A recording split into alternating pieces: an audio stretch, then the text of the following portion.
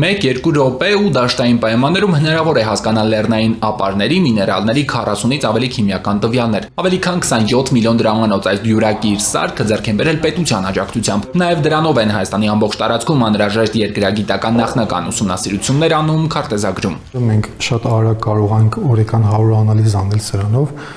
իսկ եթե նմուշարքում ենք անում բերում լաբորատորիա եւ դա ժամանակատար է եւ նաեւ շատ ծախսատար է։ Սամվելը 2014-ին Հայաստանից Շվեյցարիա գնաց գիտական գործունեության ավելի լայն հնարավորությունների հետևից։ 7 տարի Ժնևի համալսարանում հետազոտություններ անելուց հետո հայրենիք վերադարձավ Հայաստանի գիտական համայնքի արտերկրի գիտնականների ինտեգրում ծրագրով։ Պետությունից 5 տարվա ֆինանսավորում ստացավ, գիտական թիմ հավաքեց, ստեղծեց ժամանակակից լաբորատորիա։ Մենք ունենք բավականին նոր տվյալներ, օրինակ պղիզմոլիբդենային հանքավայրերով բացի պղիզմոլիբդենից ունենք նաև վրենիում, սելեն, տելուր, բիսմութ,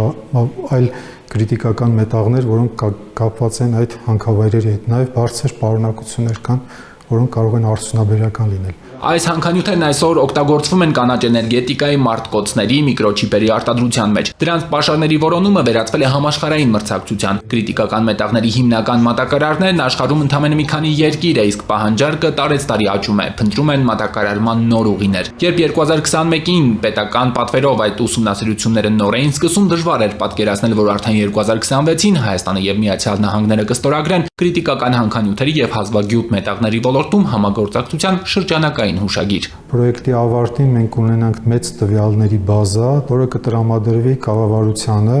որտեղ կնշվի մենք ինչ մետաղներ ունենք Հայաստանում այդ կրիտիկական մետաղներից եւ որոնք ինչ պարունակություններ կան եւ որոնք կարող են լինել արդյունաբերական։ Կառավարությունը 2022-ից սկսեց արտերկրի գիտնականներին Հայաստան կանչել։ Միջազգային գիտական միջավայրում հաջողությունների հասած հետազոտողներին առաջարկվում է մինչև 300,000 եվրոյի ֆինանսավորում գիտական գործունեությունը Հայաստանում ծավալելու համար։ Աշխատավարձի հնարավորությունները բավական մրցունակ են, կա պայման, որ մեկ տարվա ընթացքում պետք է հյուրընկալող կազմակերպությունը նաև իրենց ներառի իր հիմնական աշխատակիցների ցուցակում, ինչը նաև աշխատանքի ապահովության տեսանկյունից գրավիչ, ինչպես նաև տալրացիչ եկամուտ է։ Ծրագրին կարող են դիմել ինչպես ազգությամբ հայ, այնպես էլ օտարերկրյա գիտնականներ։ Պարտադիր պայման է առնվազն 5 տարով տեղափոխվել Հայաստան։ Մրցույթը անցկացվում է տարեկան 2 անգամ։ Միայն այս տարվա առաջին փուլում արդեն 19 հայտ են ներկայացվել, բայց նախորդ տարիների փորձը ցույց է տվել, արտերկրից ժամանած գիտնականների համար երբեմն դժվար է անմիջապես ձևավորել ամբողջական հետազոտական թիմ։ Կլինի անհատական դրամաշնորհ, որի շրջանակներում անձը մինչև 1 տարով կգա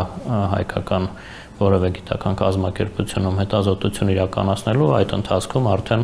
կծանոթանա, կհավաքի իր թիմը ու ըստ էության արդեն երկրորդ շրջափուլում կդիմի թիմի հետ։ Առաջիկա մրցույթներում էլի փոփոխություններ կլինեն։ Կառավարությունն արդեն հաստատել է գիտության զարգացման ռազմավարությունը եւ այն նախագծերը, որոնք կհամապատասխանեն երկրի գիտական ու տեխնոլոգիական առաջնահերթություններին, գնահատման ընթացքում կստանան լրացուցիչ առավելություններ։